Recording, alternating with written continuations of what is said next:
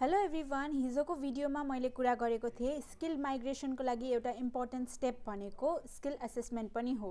अब हेरौँ कुन चाहिँ एसेसिङ अथोरिटीले कुन चाहिँ अकुपेसन्सहरूको स्किल एसेस गर्छ भन्ने बारेमा।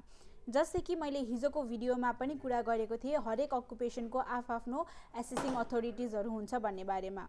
जस्तै कि तपाईँ यदि इन्जिनियर्स हुनुहुन्छ भने यसको एसेसिङ बडी रहेको छ इन्जिनियर्स अस्ट्रेलिया। त्यसै गरी आईटी रिलेटेड हुनुहुन्छ भने Australian computer society ACS is the assessing body.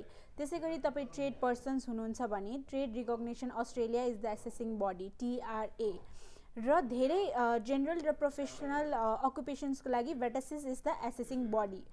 So यो सबै अथोरिटीले नै डिसाइड गर्छ कि तपाईँको क्वालिफिकेसन्स र एक्सपिरियन्स अस्ट्रेलियाको स्ट्यान्डर्डसँग मिल्छ कि नै भन्ने बारेमा।